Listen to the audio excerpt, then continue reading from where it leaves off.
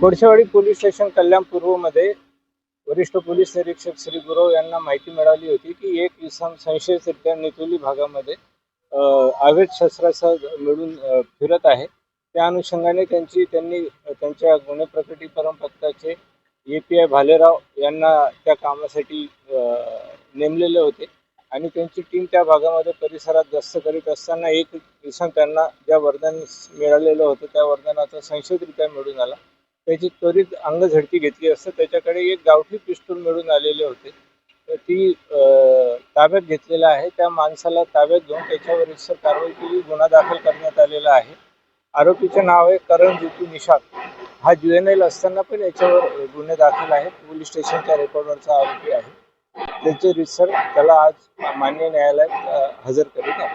ते पिस्तूल त्याने कुठून आणलेलं आणि कशासाठी आणलेलं आहे? निवडणुकीच्या पार्श्वभूमीवर त्याचा देखील वापर करणार होते असं संशय पोलीस व्यक्त करतात. या आरोपीला आम्ही रात्रीच ताब्यात घेतलेलं आहे. त्या अनुषंगाने तपास चालू आहे. त्याची पोलीस कस्टडी रिमांडची मागणी केलेली आहे आणि हे पिस्टल त्यांनी कुठून आणले, कशासाठी आणले याबाबत अधिक तपास कोळशेवाडी पोलीस स्टेशन करीत आहे. यापूर्वी त्यावर काय गुन्हे दाखल आहेत? यापूर्वीचे त्याचं पोलीस स्टेशनचं रेकॉर्ड आहे, त्याची पडताळणी चालू आहे.